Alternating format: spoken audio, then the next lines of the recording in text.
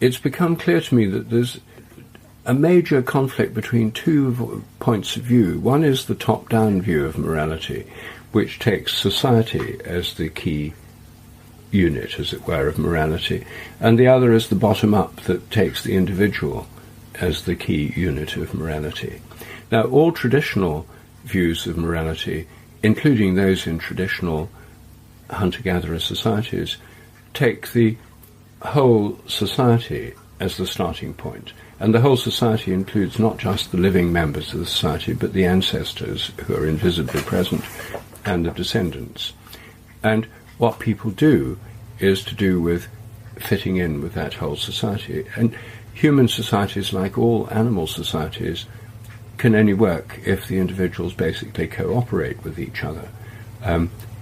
The whole society has to work together, otherwise it falls apart and it doesn't survive.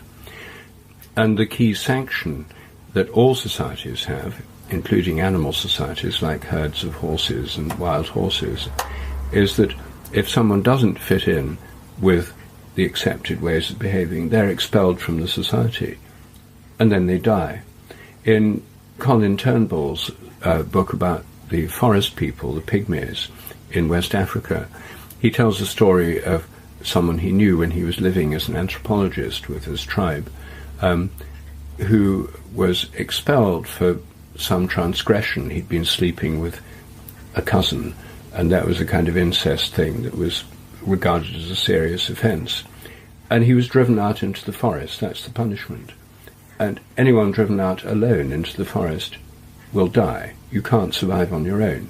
And the same is true of social animals. Any ant on its own, any horse on its own, any wolf on its own is going to die. It can only survive as part of the group. It reminds me of just a little side point, but that's interesting. The ancient Greek word for a loner was idiotes, from which we get our word idiot.